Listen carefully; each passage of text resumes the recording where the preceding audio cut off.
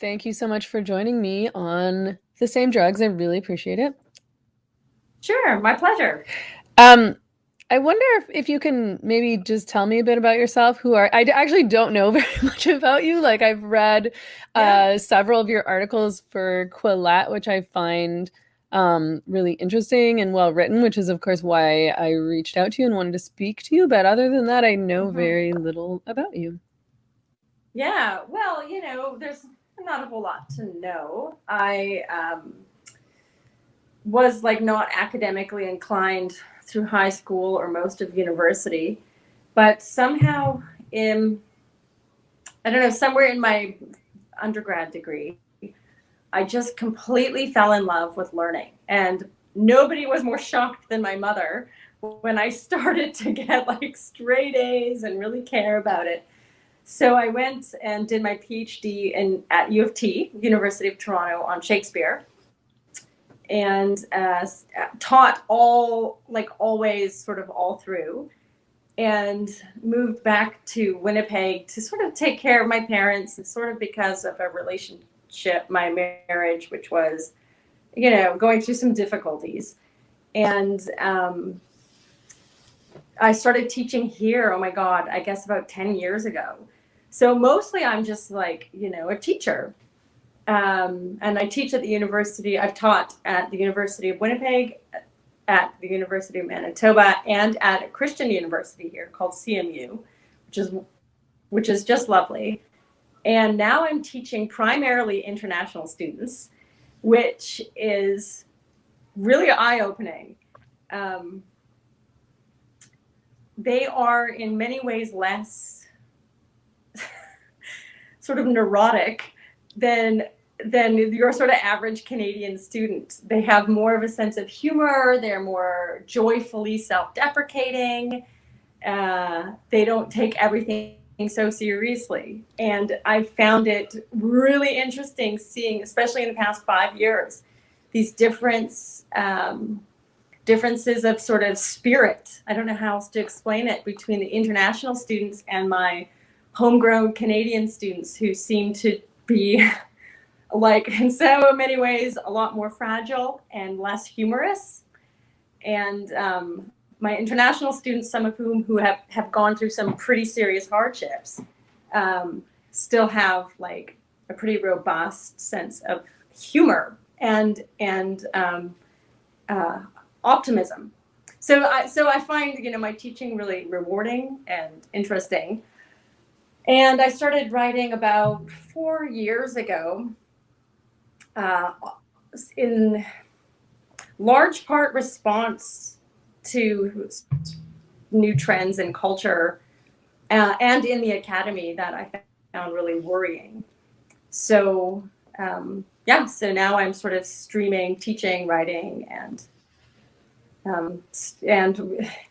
somehow in between raising two daughters on my own. So Somehow. it's busy. Yeah. Yeah. Sounds like. Well, it's hard to put them back in, right? So you got to deal with You just them. kind of have to keep going. Yeah, yeah. So that's what I do, and I teach. Like I'm a Shakespearean. My doctorate was on Shakespeare. Hmm. So yeah, it kept me sane through grad school. That's for sure. Good. Like two things kept me from losing it entirely: studying Shakespeare, who's so beautiful, so filled with courage and forgiveness and redemption and all of these sort of big, beautiful issues that the Academy isn't really focusing on anymore. So Shakespeare's plays and poetry like saved me. And having kids while doing a PhD also saved me, because I'd be like sitting in class listening to my friends and peers talk about how like the patriarchy inscribes its fantasy upon the body of a woman, and I'm having like an 8-month-old kick my bladder, and I'm like, the things you're saying seem insane to me. Things are inscribed on the body of a woman. What are you talking about? It's literally what's happening. So it sort of was this funny experience of being in grad school while pregnant and breastfeeding, and juggling motherhood. And so my experience of it was a lot different, I think, than a lot of my cohort, you know. Right. Like, so, I mean, So would you say there's some kind of like gaps between what a lot of young people are learning in university, like maybe in gender studies, or I don't know what you would call woke studies, the humanities yeah, or something like that, yeah, versus like real social people's sciences. lives? Yeah. Totally. Yeah, totally. I mean, there was just things that they're talking about. And then I was like, I can't stay and have this conversation because I'm lactating and I need to go pump.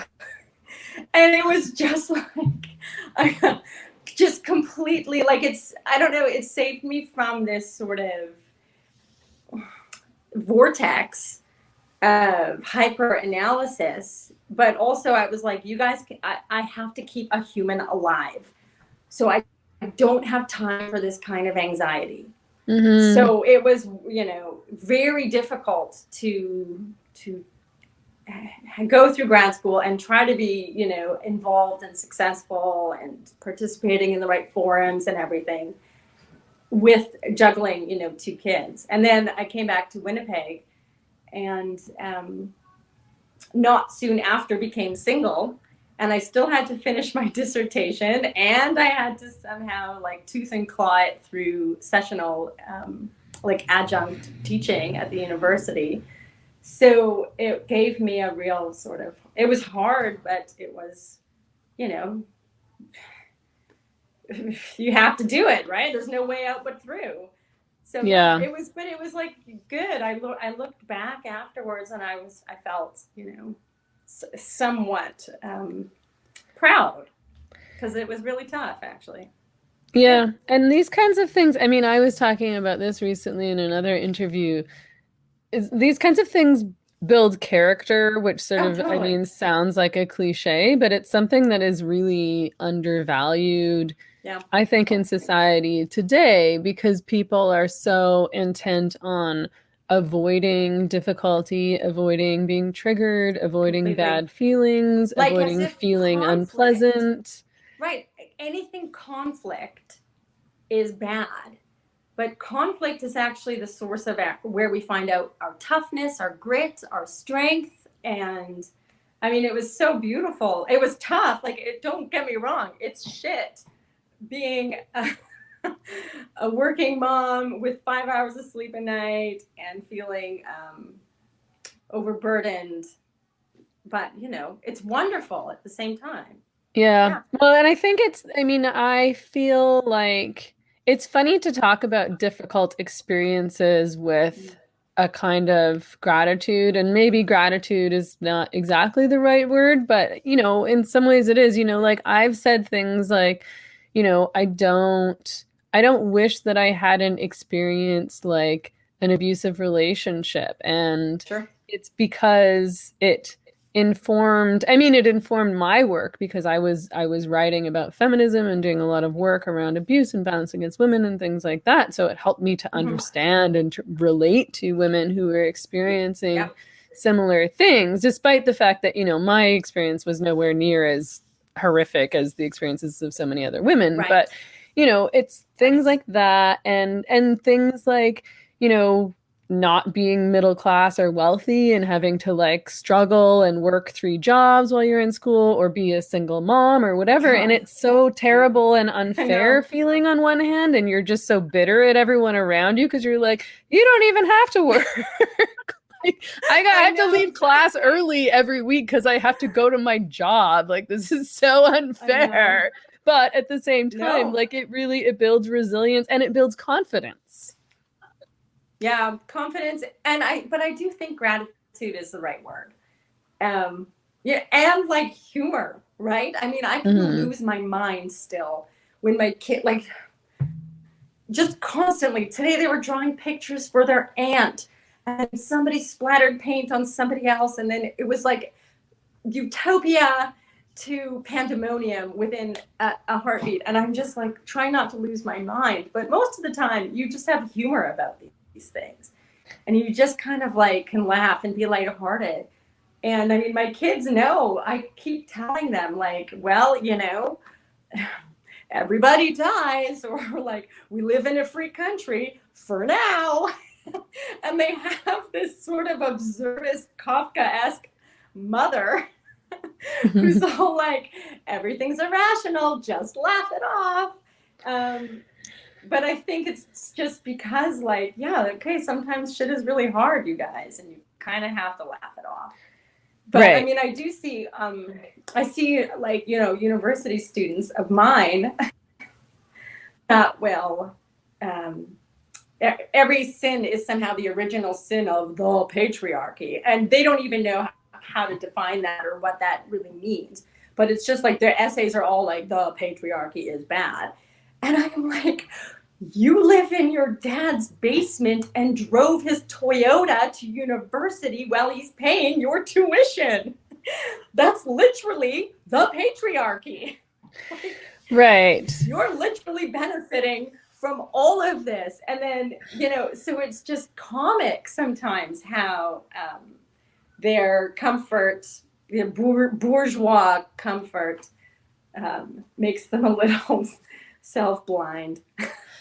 Yeah, I mean, it's unfortunate because I think that, you know, I mean, I know that the feminist movement has been, as far as I'm concerned, one of the most important political movements in history, and an absolutely necessary movement. Mm-hmm. And what's happened is that, I mean, a bunch of things have happened, but I think that this movement has become sort of, you know, it's all about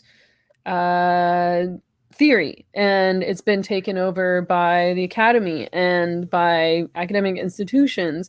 And sure. So we started, I mean, particularly in the West, we start to, I mean, I get frustrated with this, just to kind of repeat words over and over and over again, and these words lose meaning. So like you say, like, yeah. We, you know, in gender studies, you're just writing the patriarchy, the patriarchy, the patriarchy, or, you know, neocolonialism, or, right. You know, I think there's a ton of like words that have become jargon and they lose meaning, and academic institutions encourage you not to use sort of like simple basic language, but this theoretical language that nobody else understands and uses. And so I think you end up with this degree thinking you're really smart, and really you don't even have any idea what you're talking about. Like, you're right. What do these people, what do these young women mean when they say the patriarchy? What is it that they're talking about? Yeah.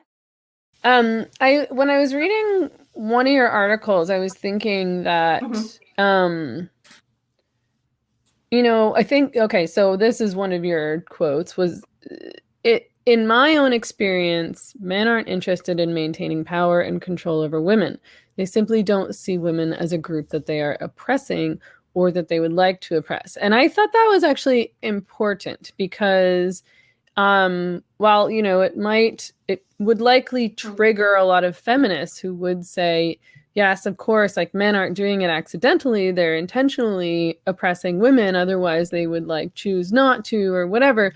But I actually think that a big thing that's missed by a lot of feminists, and I feel frustrated by this, is that most men really don't have any idea what we're talking about when we talk about either a sex class or, you know, or this oppression, because like you say, like most men, like, unless we're talking about men in like Saudi Arabia or extremely abusive men, then they don't feel like they're oppressing women, and they don't want women to be oppressed. You know, they want women to be free.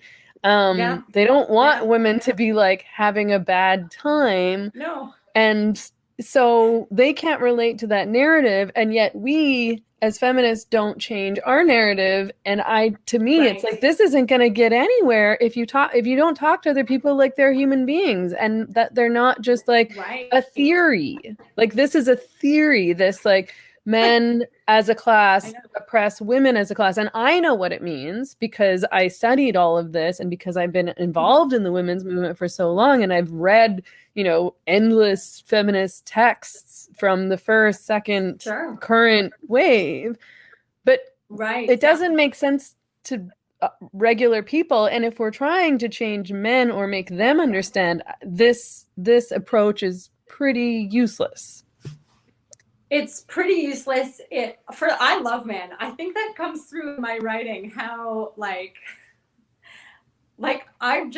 love them. And I had no brothers growing up, middle daughter, middle sister. So that explains a whole host of sort of acting out behavior that I had in my teen years. But I was very tomboyish as a kid and spent a lot of my young adulthood or sort of later youth hanging out with the boys. And I really got to kind of get very chummy with them. And then I sort of understood them. They're not, for the most part, predatory individuals, right? Like they're super sweet.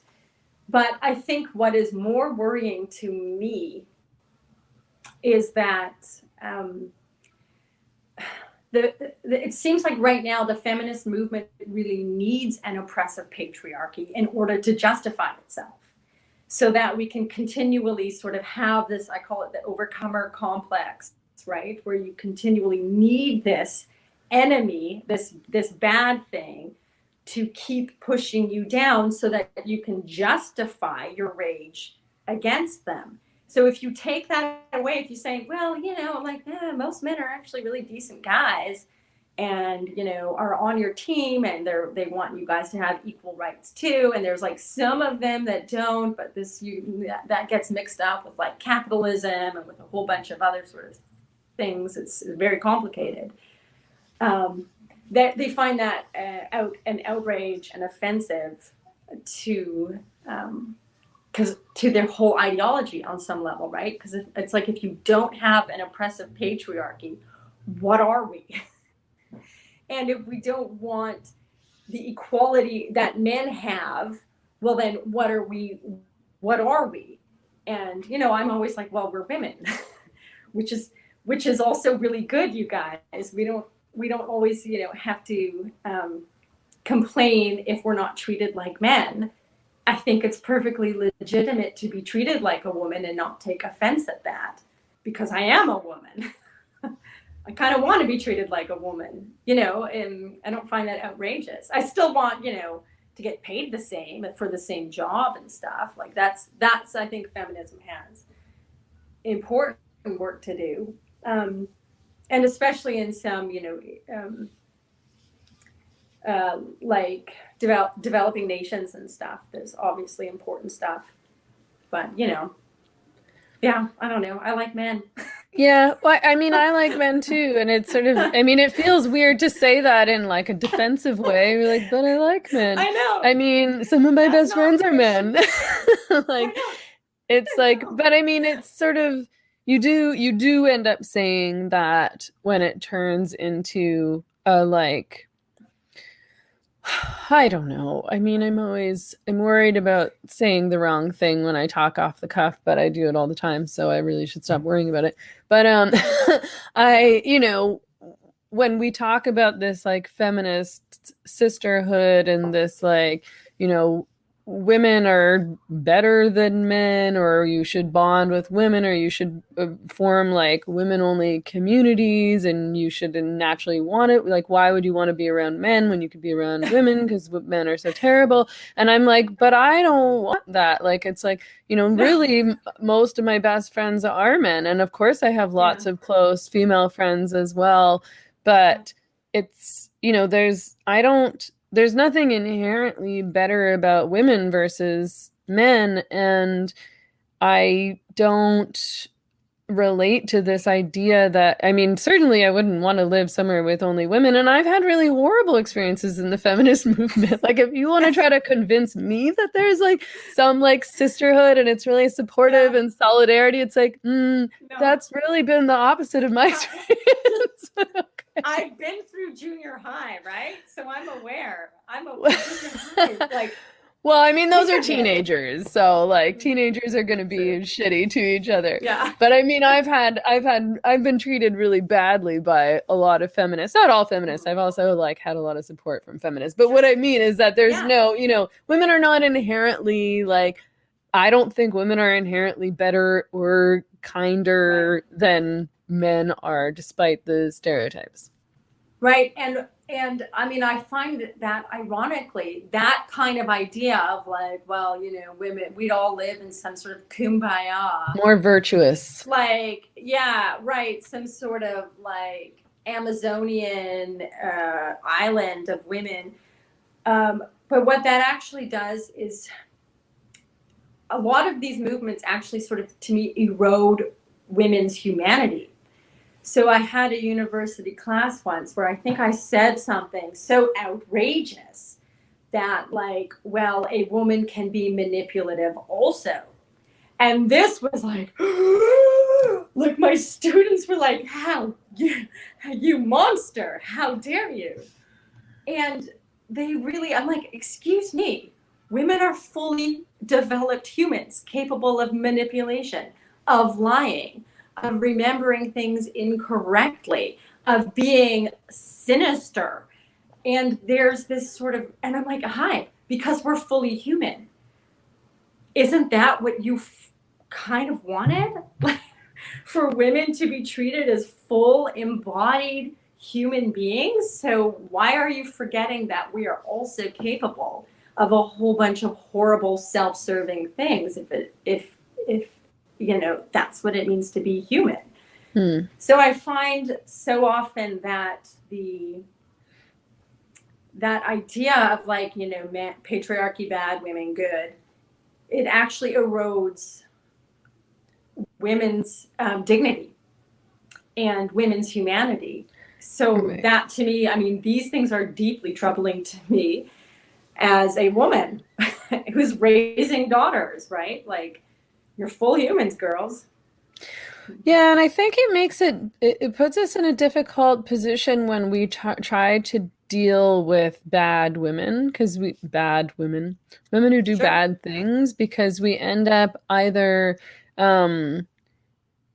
trying to defend their bad behavior based on victimhood. So it's like, well, she behaved in this horrible way because she's a victim of the patriarchy or of abuse or whatever, which, is not necessarily untrue. People who are severely abused and traumatized are probably going to struggle with like behavior and relationships and, addiction, mental health issues, like all sorts of violence, behavior.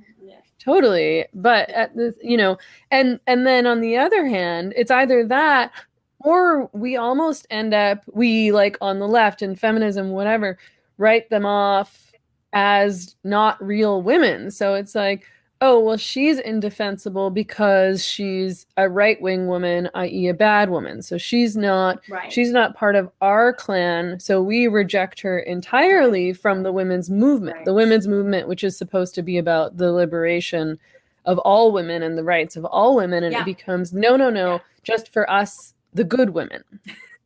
Yes, exactly. Not you. Yeah, I know. For some reason, right now, it seems like feminism has less to do with liberation of all women, which is, to me, like empowering, and more to do with, like, again, identifying instances of poor behavior of men and saying how horrible it is. And often this involves getting administrations or institutions involved in making up new rigid rules to control like men's poor behavior. And I'm like, well, now you're just using the big daddy of the institutional patriarchal system in order to handle your own self, your own sexuality, your own adulthood. And you're not liberated or empowered. You've literally just asked the president of a university to make more rules limiting your own behavior and the behavior of others, because apparently you're not liberated and empowered enough to handle it, but you're calling that a victory. And I'm always just a bit baffled by, and it's not to say like some rules like need to be in place, But a lot of rules take away, I think, our encounters with each other as humans, right? And so often awkward encounters.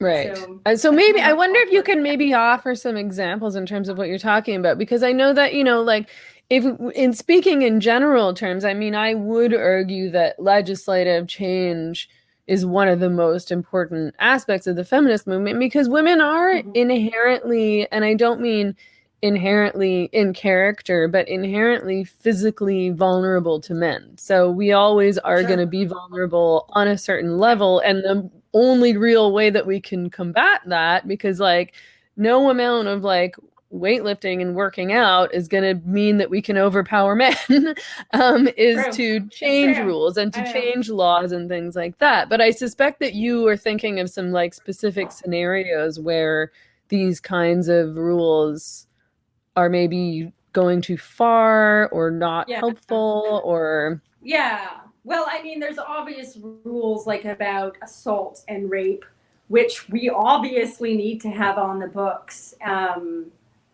You know, child predators, these things really need to be on the books and legislated. But for instance, I had a conversation recently with somebody, and she was like, Marilyn, I don't like how you're talking about sexual harassment policies because I was sexually harassed. And I'm like, oh my God, I'm sorry. I'm not trying to be insensitive. What happened? And the story was, well, we were out for drinks after work, and my boss had drank too much and sort of asked, oh, hey, do you like sleep around with guys or whatever? And I'm like, okay, that's gross and slimy. And then what happened? And I was waiting for how he said, well, if you don't sleep with me, I'm not going to, give you your hours in your job, or I'm going to, write up a bad report. And I'm like, waiting, well, what happened next? Where's the horrible harassment? And it was like, no, that was it. And I'm like, what? You guys were out. He was kind of drunk, and he asked if you sleep around with guys, and you felt that to be harassment. And I'm like, I will grant you that's slimy, that's gross.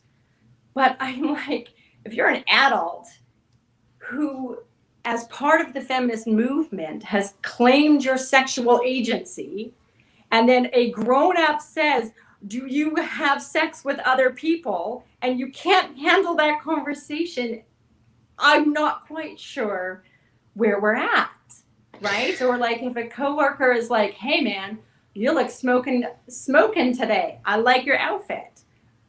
If that is sexual harassment, and it can be construed that way, I'm not totally sure. And then in order to deal with it, you have to go to admin, you have to file an anonymous complaint.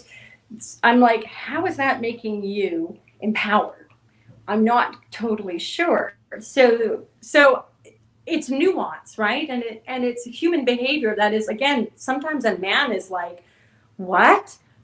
Oh my God, she thought that was harassment. I'm so sorry. I'm embarrassed. I shouldn't have said that. That was so stupid. Oh my God. So it's so many awkward human interactions that normally, I think, draw things out of us, help us to sort of read each other as humans so that we don't become increasingly stuck in sort of modern self-alienation, right? We know how to interact with people and handle ourselves.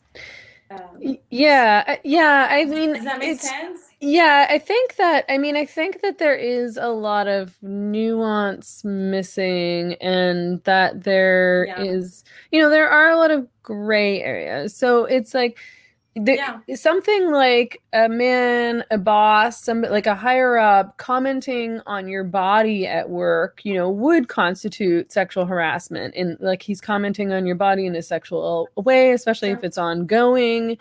Um, Right. but then Yeah. I do think that on the other hand, we have come to this place where we sort of expect to be protected from everything. And I don't actually want to be Yeah. protected from everything. And I think that it is worthwhile to sort of know how to handle yourself and to respond and to navigate these Right. kinds of situations.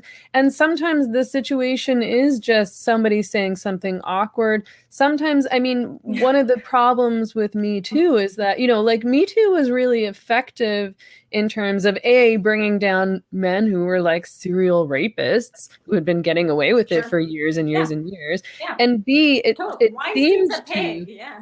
yeah, of course, he's awful. Yeah. But Yeah.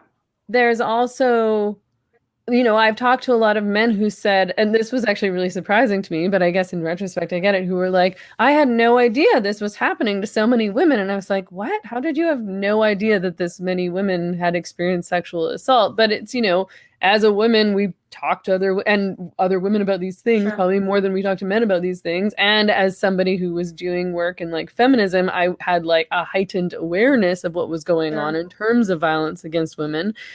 But then, of course, has become a cliche at this point, but I do think that it went too far in a lot of ways, and it really weakened the whole movement because it became, instead of being about, sexual assault, sexual harassment, it became about unpleasant encounters, awkward men. Being hit on by a Yeah. man that you don't like isn't sexual harassment. Like, it's not. Exactly. Like, it's like, It's and not. there is a weird thing that's hard to talk about where it's like, ugh, like, do I even want to say this? But it's like there are some women.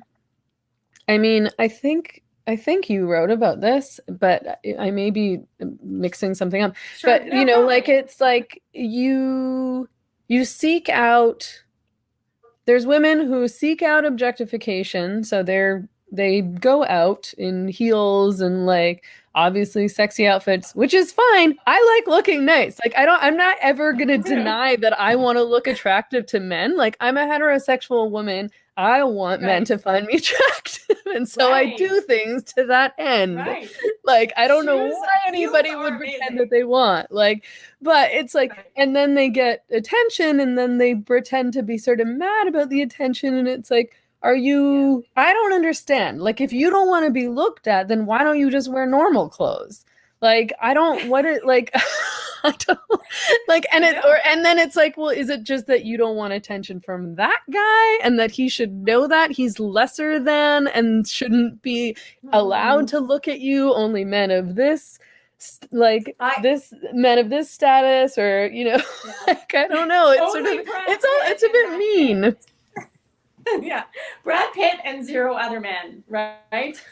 Like, you're too But gross, don't look at me. You should know you're too yeah. gross to be looking at me. Like, There was a young woman I saw. This was on like a New York City subway platform in a world, once upon a time pre-COVID when this kind of thing was possible. She was just like gorgeous. I mean, stunning. And she was wearing like leggings, so you could see her like perfect physique. And I'm a heterosexual, like, I mean, I like men, but I'm staring at her. I'm just like, oh my God, what a creature. She's gorgeous. And she turns around, and on her backpack is like a hand giving the finger. And I just killed myself laughing because I'm like, yeah, that's the tension there, right? Like, if you look, I think the gimmick, or I think the sort of pleasure for women who don't want any kind of male sexual attention, don't objectify me, but there is a pleasure in, if you are objectified by a man, even if his gaze, just like mine, I'm not even a man, my gaze fell upon her because she's beautiful. But I think there is a real gratification in being able to scorn or scold somebody for objectifying me, so that they kind of want the moral superiority of judging a world that might look upon them, right, as a sexual object, even though they're kind of dressing as a sexual object. But they want to say to the world, you see, bad. You've just objectified me. But meanwhile, it's like you can't, my cat recently ate a butterfly. It was the weirdest thing. There was a butterfly in my house in December. I think it came in somehow with the Christmas tree. And I was like, this is a miracle. There's a butterfly. And then my cat ate it. And I was like, well, you can't blame a cat for being a cat. And, you know, sometimes you can't, this isn't to say boys will be boys, but you can't blame human beings for noticing a beautiful other human being. That's fine. If they take it further and, you know, do something horrible, that's wrong. But to be desired is not objectification. That's not wrong, I don't think. I would like that still as an aging woman. If somebody like looks at me, I'm like, oh, thank God, still got it. But I think that there is this like, I think that the pleasure for them, the pleasure for me is very simple. If a man finds me good looking, I'm gratified on some level. Good, yay. That makes me feel happy because part of my understanding of self is triangulated off of how I interact with other people. I think that is how an individual is developed, which is why, incidentally, I get worried with blanket policies around sexual harassment, because I think that we actually need those awkward and sometimes uncomfortable encounters in order to sort of triangulate ourselves with others. Right? We all need that as human beings. This is why isolation is so hard in COVID. We're such social creatures. We need this. We need this feedback.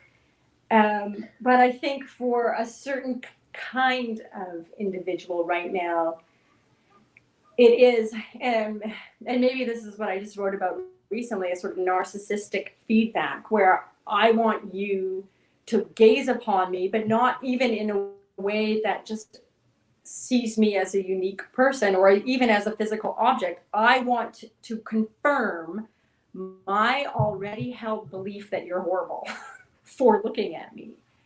And I find this so solipsistic and such a dead end. It's, to me, again, this is nihilistic, right? It's just this sort of self-enclosure that is hostile and kind of depressing.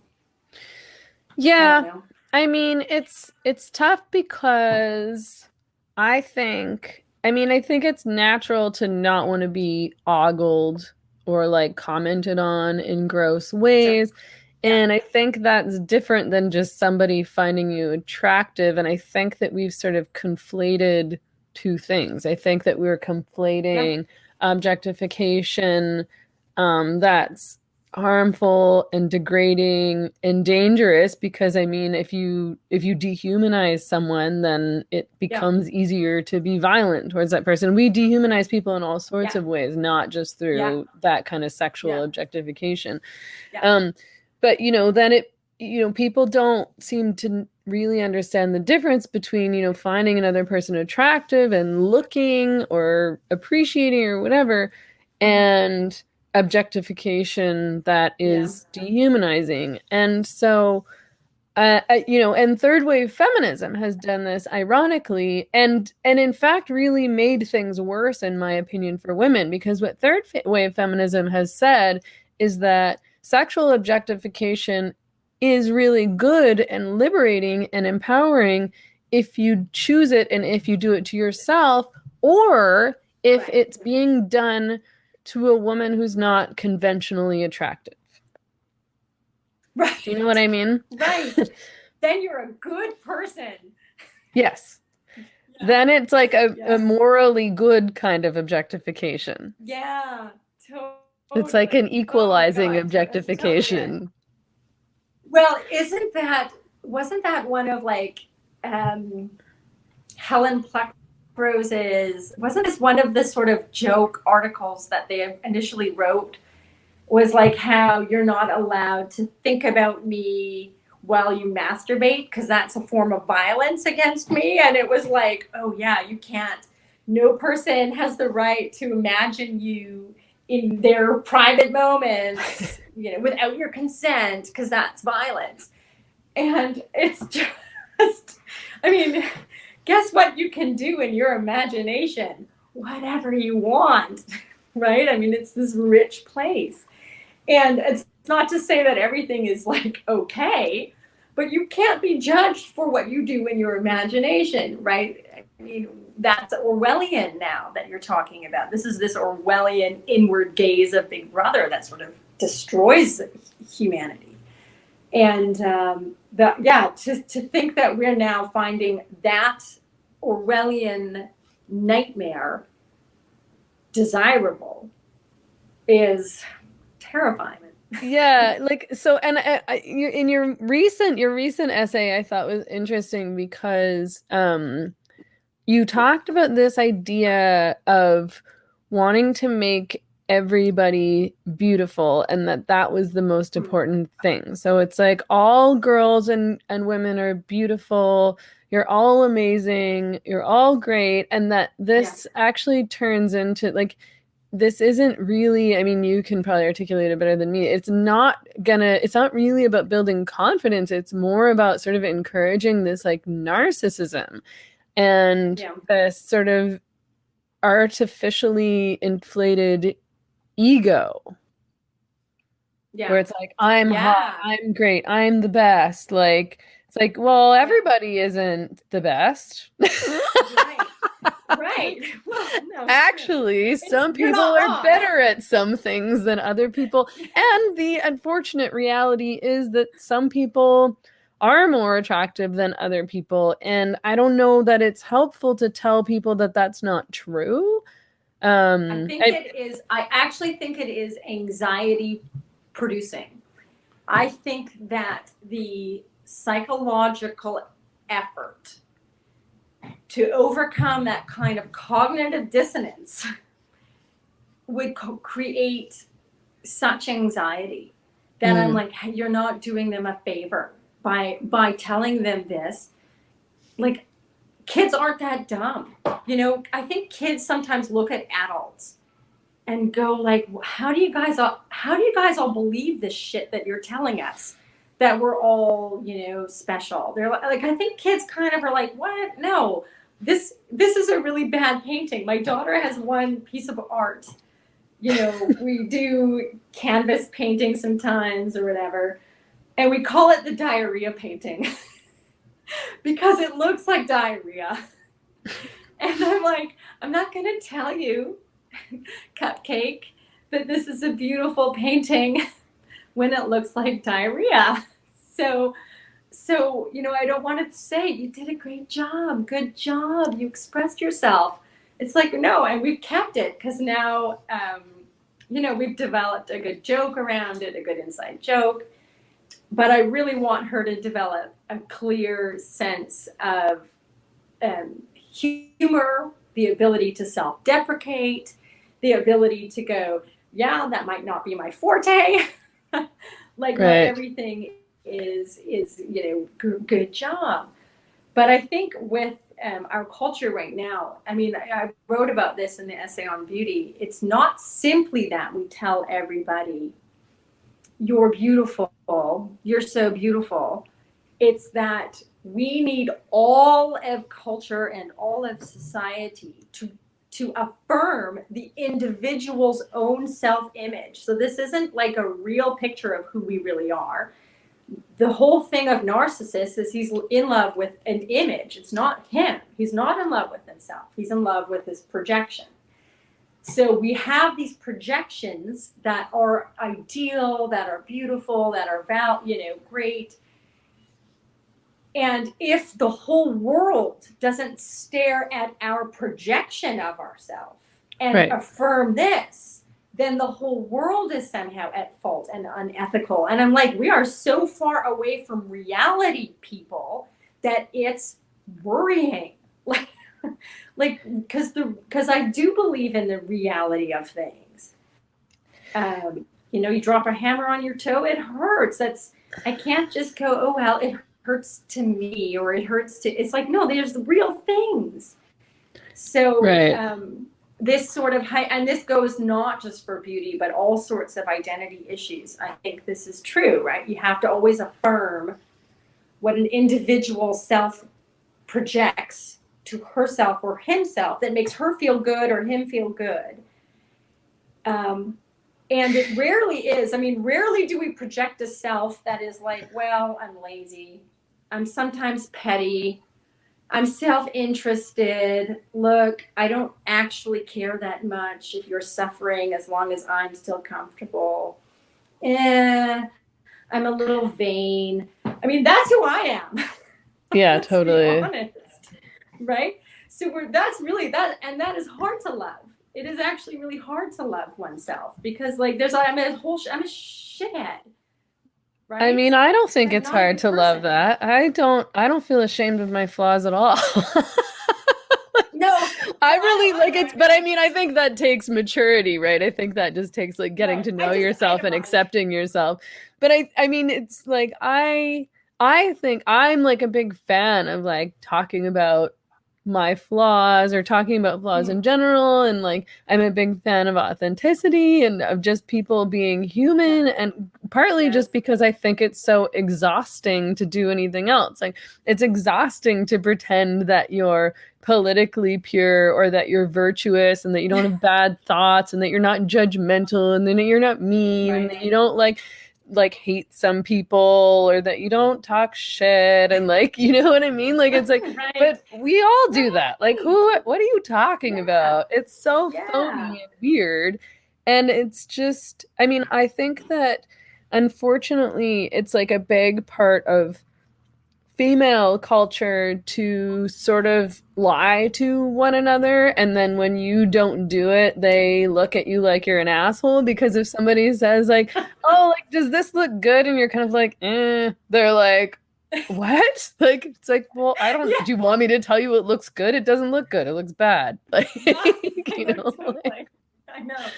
like, wow, isn't I he know. great? I That's don't know. He sounds kind of dumb. Like he's, I don't know. yeah. Am I supposed to big up this guy who I think is I a know. loser just so you feel better? Like, is that helpful?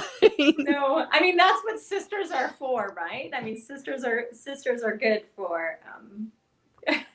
for telling you hard truths like that. Yeah, and I mean, there's Sue, a line. Like, it's not like I'm just, yeah, you definitely shouldn't just be honest all the time. But I no, hate this no, thing where it's like, you're like, oh my God, like you look, no, you're amazing. No, you're right. Like, no, you did the right thing and he's an yeah, asshole. And, when that's not yeah, true and you're just sort of reinforcing bad behavior, or you're pretending yeah, that this person is perfect and they're not perfect, and you're pretending that you're perfect and you're not perfect, and I don't, yeah, who wants to be around yeah. flawless people anyway? I mean, that's not Yes, interesting. it's very true. No, it's very true. Yeah, I like horrible people. Totally. That's my people. Yeah, Yeah, I don't want to be around you if you're not going to but be a jerk with me. yeah, yeah, right. um, No, it's true. And I mean, I think it's even Zizek who says that's what love is. Like, love is to be able to insult the beloved with impunity. And that resonates with me. On some, I don't want to just be like a doormat, obviously, but to, I like the spirit of that sort of. It's tender. There's a tenderness there. could you say that quote again? You sort of like cut out a little bit there. To insult the what with Oh, sure. impunity? Yeah, sorry about I don't know. The kids are probably sucking up all the juice from Wi-Fi.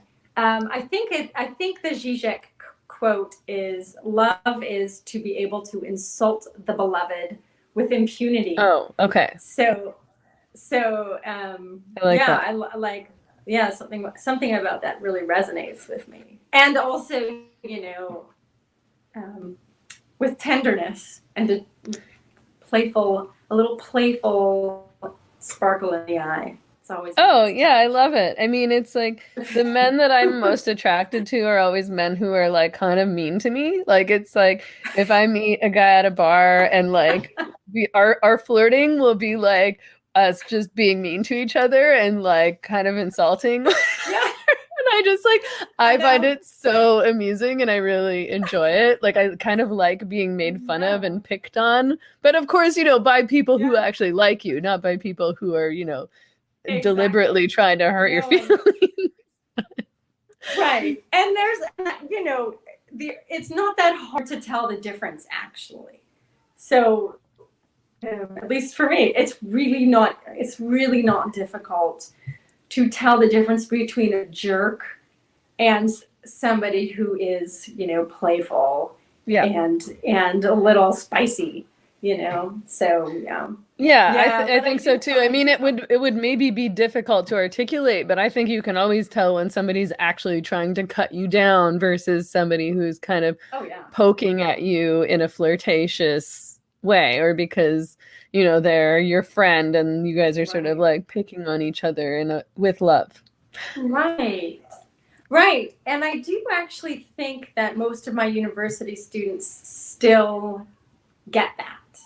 Even the ones who are the most sort of, triggered by the most things. It seems as though in a friend group, anyways, that kind of intimacy happens. I mean, this kind of friendship and this insult trading has a rich anthropology. I always think back to like Shakespeare's taverns. So, in Henry IV plays, or in so many of his comedies, he goes to the bar, the pub, and those scenes are all just like insults, just delicious Shakespearean insults. Nobody can write them like he does. And sexual banter is like, oh my, clutches pearls. I mean, it's just, completely lowbrow, completely gutter level humor. But it's also joyful and it's also lighthearted and there's camaraderie there. And I mean, I did write about this in one of my pieces for Quillette on like hashtag not me, I think, and it was about harassment and empowerment. And in that essay, I wrote about my very early years working as a hostess and then a waitress at a restaurant, kind of greasy spoon restaurant here in Winnipeg. And I was 15 when I started, which was quite young. I was like I went to like a Christian private school. Like I was pretty solidly middle class. And I suddenly start working in a restaurant and in the kitchen. My God, the insults and the sexual banter that was happening in the back of house for the first 3 weeks, I was just in culture shock, blushing. I had nothing to say. I didn't know how to navigate these waters. I mean, I was 15. And just, I mean, it was relentless. So an 8-hour shift every time I would go to the back of house, just vulgarity. And I soon realized that this was like, initiation into the restaurant working class. This is into the clan, And as soon as I started like spouting out insults back, it was like this sort of joyful, like a Bruegel painting. Do you know those paintings of Bruegel and the peasants and stuff? This is like from Dutch 1500s.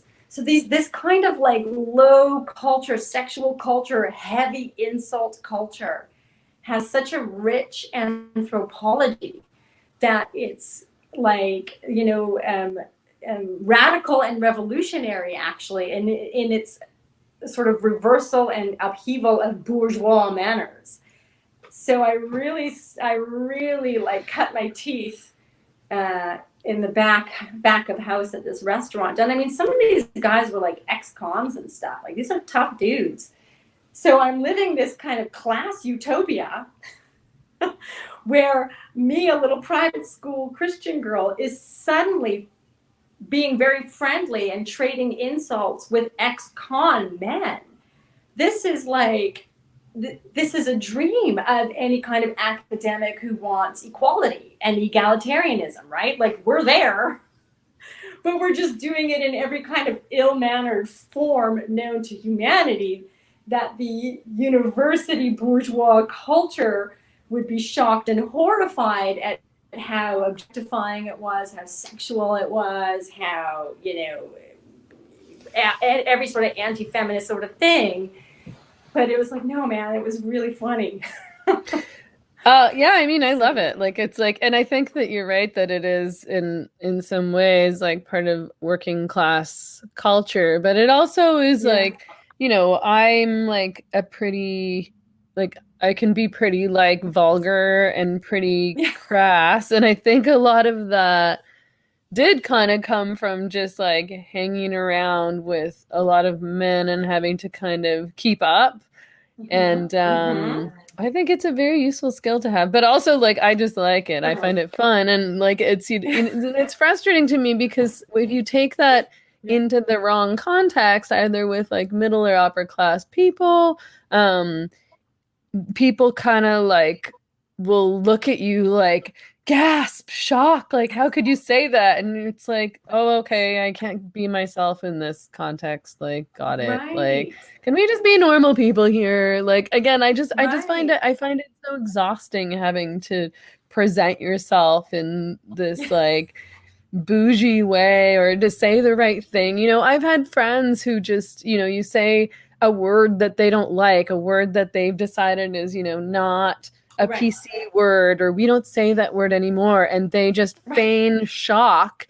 And it's like, oh, I can't believe you said that. How could you say that? And it's like, who cares? It's just a word. Like, and also, I know. like, have you met me before? Like, I say offensive things. Like, I'm not Yeah. trying to attack. I'm not, you don't say these words with the intent to necessarily attack people or attack a group of No. people. You're just talking, and I don't know. I mean, Yeah. can you not say what's inside your head? Do you have to keep what Well, is inside your head to yourself and then say something else externally? Because I feel like that is, phony, obviously, then you're kind of two-faced. You're kind of pretending to be something that you're not. I'd rather right. people just know who I am and know that sometimes I say offensive words. Like, I know. Totally. I had a good friend. He once said, sort of in astonishment, he was like, wow, it is really impossible to offend you. Because he was like, going, here's the line of decency, and he was just catapulting right over it.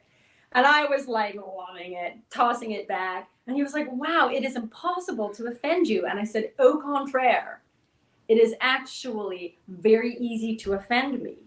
Treat me as somebody who is fragile and easily offended, and just watch how quickly that will offend me. What I would be offended by, somebody treating me as somehow too fragile to handle, like an off color dirty joke or whatever, or a comment.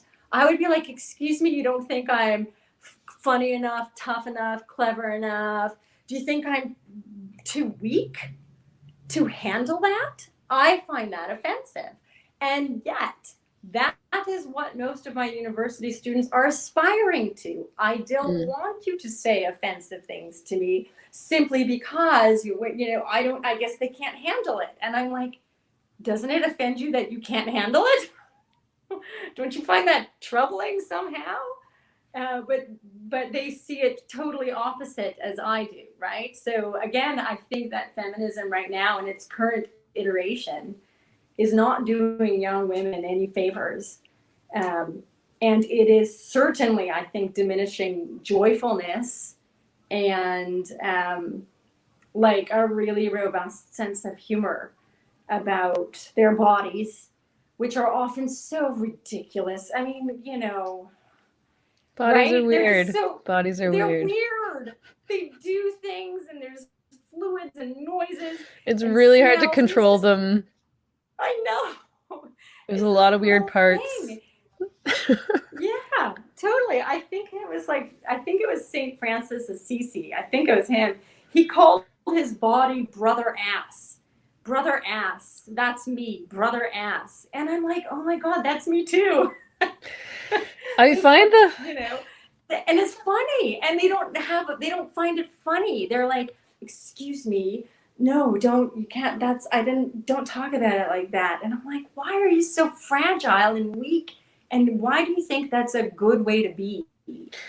Yeah, I mean, So, I've always found the like bodies are beautiful and your body is beautiful, a really kind of distasteful movement, and yeah, also me too. kind of like we're all just lying to each other because it's like I've never thought of my body as beautiful and I don't hate my body. There's lots of parts of my body that I like I Sure. see myself as attractive, like I don't see myself as Yeah. like disgusting, but I don't look at my body and I'm like, wow. Most people's bodies, like I don't like looking at other people's bodies. I've never, I mean, I think porn is disgusting for a whole host of reasons, but it's like I don't want to look at Right. other people having sex. Like you look disgusting or you look I ridiculous. know. Like it's like your body's I gross, your know. body's doing gross things. Like it's like I'm not, I I'm know. attracted to another body if it's a person that I'm attracted to and I'm having sex with them or I want to Sure. have sex with them, but just a stray body or A body part, I'm body. like, ew, like, gross. Like your skin looks I gross, know. this body part looks gross, your genitals looks gross, like your hairy I body know. looks gross. Like I don't find it beautiful at all. And why do I have to find bodies beautiful? They're not. No. I know. We're a mess. I know. I mean, I'm the same way. I'm like, okay, yeah, I don't hate the way I look. But it's not like I'm like, oh my God, Sports Illustrated cover, here I come. Like, very few people have that blessing upon them. And even those But people have gross body parts. Like, sorry, I don't want to look at their bodies I know. either, to be honest. There's No, not a body that I want to look at. I'm no, not joking. Like a stranger's no. body. I think there is some like wonderful, black and white nudes and stuff and photography. And I'm like, oh yeah, that will elevate me. Like I can look at that. But no, I think we're so wonderfully comic, right? We just are. My mom, when she described childbirth, like it was my birthday one year, and she was like, "Oh, I remember the day you were born." This is the sort of thing moms always tell their kid on their birthday. And she was like, "Oh, I was so thirsty, and they wouldn't give me any water because they were scared I was going to choke on it." Or, anyways, you finally came out, and all the nurses and the doctors were like, "Oh, she's beautiful. She's a beautiful baby. You have a beautiful baby girl." And my mom said, "Well, she looks like a bloody mess to me." And I was like, "Well, that's probably accurate. But like, maybe you shouldn't tell your daughter that those are the first words you ever said to her." I don't know. I think you should. Babies are gross. But Sorry. yeah, Like, I don't know but I'm why just people like, pretend like little babies are like beautiful because I look at little yeah, babies and I'm like, ugh, you look like a weird red old man, like covered in a yeah. rash. Like, And childbirth is not like this sort of goddess empowering moon wolf experience. It's just like, it's really ugly. It's not pretty.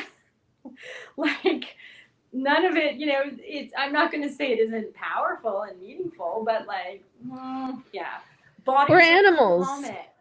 I It's, mean, yeah, people and I pretend love, that we're not, but we are. We're animals, and nature is weird and gross and, yeah, kind of disturbing in my many dog used to say cases. animals. Yeah, no, I know. It's, I know. But I like, yeah, I feel very much that, because we're missing so much of the humor and the silliness, we're also missing joy. We're also missing like levels of intimacy. We're also missing deep ability. We are losing an ability to understand ourselves as fundamentally bodies. So people, I go to Anglican church, or at least I did every Sunday before COVID happened and it all got shut down. But one of the things I love so much about religious worship is that it is something that your body has to do. You have to kneel, you have to stand, you like participate it with it, with your whole body. And a lot of my friends are like, "Oh, well, I'm a body, or I'm a soul with a body," or something like that. And I'm like, "Oh, I'm a body with a body." And I'm like, I am a body. Like, I don't know this duality. Like I'm a body. When I die, something I believe I'll go on somewhere beautiful. Sure, that's a nice thing to believe. But my body is gone. I'm gone. Like that's who I am, my body. And it is predeterministic to an intolerable way. And I think this is one of the crucial issues of our modern culture too, right? That bodies are predetermined. And what an outrage to our notion of self and of agency and of choice. It's absolutely an outrage to those notions. I don't disagree. You have my sympathy and my compassion. I get it. But you can't change it, right? Like a body is predeterministic. That's just what it means to be alive. So, yeah, but it's so fun and it's so delightful and so frustrating. So Yeah. And I I mean, love this body. it's very useful. It's really handy. Um, Yeah. I mean, yeah, like that of course plays into the whole gender identity thing, as well as there was something else you said earlier that I'd wanted to pick up on, which was around this like validation of you as you like to be seen. I don't Mm-hmm. even want to say how you see yourself because I don't actually think that these people who are insisting that they're like beautiful and perfect and gorgeous, or these like men who are insisting that they're women, or girls insisting that Right. they're boys, people don't actually see you that way. You are Right. just asking people to see you in that way. You're Right. essentially asking people to lie to you so that you feel Yeah. validation. And at the end of the day, I don't know that that validation can really work, because I think everybody participating really deep down knows that they're lying. But Right. it's, I've always said it's not helpful, just as it's not helpful to tell women like, you're so beautiful and you're so gorgeous and you're perfect and you're amazing and there's nothing wrong with you and everyone should appreciate you and bow down and kiss your Mm-hmm. feet and they should Mm-hmm. all want to fuck Mm-hmm. you also, because it's like no, but they Right. don't, so deal Right. with it. But like, not everybody, some Right. people will, not everybody, Yeah. like Right. it's life. Right. But like, and you just like, you cannot force other people to want you or to be attracted to you no matter what you do. Right. Some people are not going to be attracted to fat bodies. Like some, men who are Right. heterosexual are not going to be attracted to another man just because that man insists that he's a woman and demands that the world say and treat him as a woman. There are Right. just things Right. that you cannot overcome on a basic level. And as a human race in the West, we have somehow come to this place where we think we can control how other Right. people see us, how they behave towards Right. us, how they relate to us. Like the great equalizer is now, you have to see me as I want to be seen. Yes. Yeah. Well, that's exactly what I wrote um, on in my last essay, and I was talking specifically about female beauty, but I'm thinking about larger issues that are going on in our culture too. But I mean, what it really is just like sort of mass narcissism or mass cultural delusion. And we're all celebrating it as virtue and as ethical. And I think the ancient Greeks, I mean, I said this in my essay, the ancient Greeks would find us very curious for these kinds of affirmation and validation at every cost, no matter what, right? We're all exactly going to ignore on some level basic facts. And this isn't to say, by the way, that there's anything wrong with being a trans woman. You're a trans woman. Good for you. Okay, cool, right? But that's different from being a woman. But why would you want to say that what you are is not what you are? And why would you want to diminish it somehow? So say you're a trans woman and then be like, and that's, fine. But it's different from saying I'm a woman or I'm a man or I'm beautiful. Just say like, well, maybe I'm not that good looking, but I do have cleverness and I do have other things and I'm loving and probably your life will still work out. You know what I mean? Like you'll probably still find someone and be married or not, or have kids, and you'll be okay. It's fine. You'll be fine. But to keep affirming things that you, like you said, on some level, when we know they're not true, to keep saying them, I think is the production of unhappiness and anxiety, right? Because you constantly have to fight against this cognitive dissonance between what you're insisting upon and what reality is. I think that would just be sort of crazy making in the end. And I'm not sure, exactly as you say, I'm not sure that's doing anybody any favors, right? So I'm like, I'm not.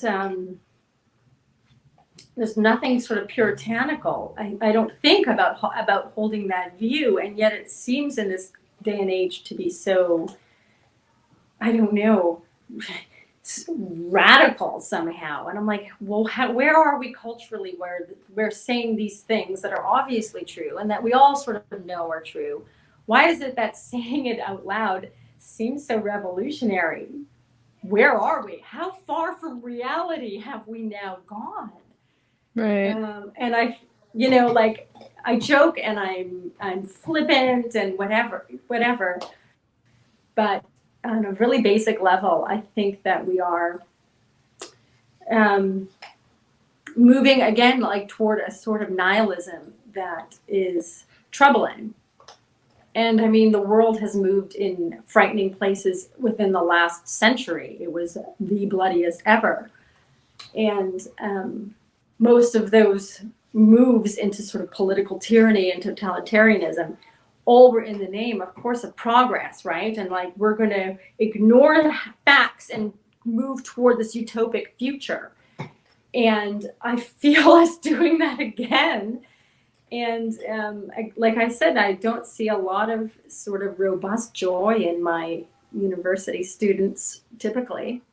I mean, it is there, right? But maybe they should just go work in a crummy restaurant rather than sit in university classes.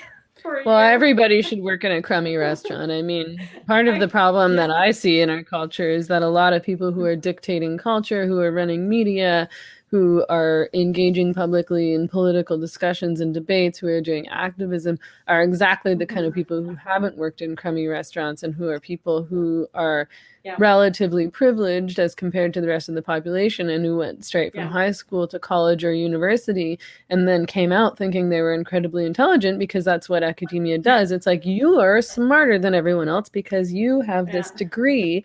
And they actually have very little real world experience. And so what they think about the world is based on theory and textbooks rather than on reality. And they do really seem to take themselves too seriously, and they're incredibly irritating. Right. I know, and not very funny.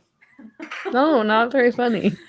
I think you need to have experienced like hardship to be funny. Like, I know, exactly. Because you have to laugh at yourself and be like, oh, wow, that was really shitty. And now I can look back and laugh. Or like, what a dumb thing that I did. Like, that was a mistake. God, I was so stupid. Like, that failure is funny. I mean. Yeah, I know. And just like, oh, I handled that so poorly. I'm such an idiot. That happens constantly. Yeah. But I mean, it's just so much of like our comfort that we take for granted and insist upon is, perhaps the worst thing for us. And I love comfort. Sitting comfortably is my favorite thing ever. I love a nice hotel room. I love expensive wine. I love to be warm. Yes. I don't like to be wet or cold or tired. Like, I like comfort. But I mean, it's like, but also, like I spent like most of my life, I was like broke all the time and like, struggling. So not only struggling. I don't mean to say that I didn't grow up in poverty. I didn't have a horrible life. But I mean, it's like that basic thing where it's like you have to have like struggled and had some kind of hardship to really appreciate like comfort Right. and nice things and having a nice life and being okay. Right. Yeah. But I don't want students to like, right now I feel like a lot of the time the university gives them pre-manufactured struggles of systemic whatever. You can fill in the blank with whatever. Mm. And so they have never actually struggled, or they never have had to tooth and claw their way through life. And life is hard and brutal and historically has been comically short. And it's only now that we're like, we have the expectation to die at an old age, comfortably in a bed surrounded by our loved ones. It's like this has never happened before in human history, you guys. Oh my God, if you made it past one, you had already beaten the odds. That was normal. We're the weird ones. But humans, we need the struggle. I mean, the struggle is what got us out of the primordial muck and ooze in the first place, right? That's the life force. That's how we got out of being an amoeba to being who we are now. But now I think we're just like manufacturing struggles, and the students are engaging in them, but there's no real stakes in. They have no stake in the game. There's nothing at risk for them. In fact, they hold all the power, so that, as a sessional instructor and adjunct instructor, I am very much aware that the students have all the power in this dynamic. I have none. They can have a Twitter mob against me in a heartbeat if I say something that's just is slightly too offensive for them or slightly too outrageous or whatever. But they very much believe, right, that they're engaged in this like struggle, and it's like on the one hand, I'm like, I get that. I get it. Yeah, we need that. We need a struggle. But like, you're not struggling. You're just going now into the managerial class, right? You're just, and you say the right codes so that you can talk and recognize other elites by being also right and saying the right codes to other elites. And you talk about the struggles you're facing over your, Pinot Noir. And I'm like, it's not an actual struggle. So, Yeah. It's yeah, funny because it's almost like seeking a human experience when you haven't had a human experience. Like maybe it's natural that they're yeah, manufacturing struggles because on some level we know that in order to appreciate and yeah, experience life, there should be struggles and that yet you don't have a right. struggle, so it's like you just invent one. Right. Yeah. I feel like that is actually a perfect articulation of what's happening a lot of the time. But these invented struggles, again, I mean, it's on some level they have to know this isn't real. I don't have a real stake in the game here. My life isn't going to be affected dramatically if there's no justice for whomever or whatever it is. But their whole sort of spiritual self is so invested in this that they can't give it up. And I don't want people to have actual hardships. Hardships are hard. I don't want any more. I want zero more hardships. But I know Yeah, they'll good come, luck. right? Yeah, exactly. Like I tell my kids, well, you have, two options. You can either have a hard life or you can die young. And that's kind of, the better option is to have a hard life. Yeah. But it's not something that is desirable, but it is something that I want, especially like young women, I want them to be empowered and tough enough to handle it. And right now, with the kind of like, you can't say that, it offends me. You can't say that, it triggers me, this kind of language. I'm like, how are you guys getting equipped for what life is going to throw at you? Because it will throw shit at you all the time. And like, if you're not being sort of trained to be tough and funny, it's going to be really painful for you. Well, and So and it's yeah, like I worry about that. Yeah, and knowing that you can handle it. I mean, that's one of the greatest things about getting older is actually that you know that if you if you go through something hard, you'll make it out Mhm. to the other side. Like it's like I remember, when me and my first boyfriend broke up, I just thought I was gonna die. Like I thought I was never gonna be happy again. I thought I was gonna be sad for the rest of Yeah. my life. But Yeah. eventually, somehow, you get over it and you're okay. And then next time it happens, it still sucks and it's still terrible. But you do know in your Yeah. brain, like, okay, eventually I'll feel better and it'll be okay because Yeah. I've been through this before and I can handle it. Right. Right. Yeah. So there is a silver lining even to aging. I mean, there is. It's that we're I think there's a smarter lot. than everybody who's younger than us. I know. You could not pay me to go through my 20s again. I didn't enjoy being No in my kidding. 20s. Like, it's like you have I no know. idea what No, you're I'm doing. totally You're fine. totally insecure. You have no wisdom. You have no resiliency. Like, I you think don't have any so. money. Like, I know. your apartment sucks.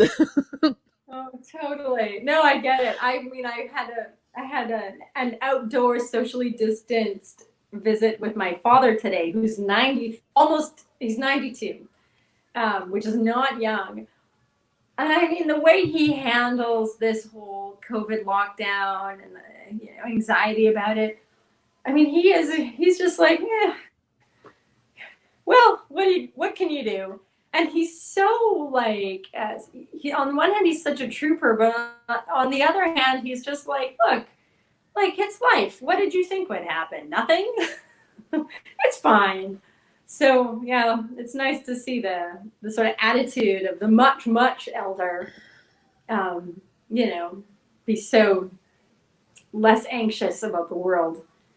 But anyways, Yeah. Okay. Well, it was really but it nice was to talk to lovely. you. Yeah. Thank you so much for Yeah. all your time. And like I said, I mean, I find your essays really interesting. Even like there's lots of parts that I like disagree with and other parts that I agree with. So, I mean, that's Yeah, great. good. Yeah, well, next time we'll do this again and then tell me all the parts where I'm wrong. Yeah, there was more stuff And that I wanted to talk to you about for sure. I mean, there was like femininity stuff. There was your essay about like missionary sex. But anyway, we talked oh, about yeah. lots of good things, so we'll have to do it again. I, Thank you so much again. Have a okay. great night. Yeah, cheers. Bye bye. Okay, bye.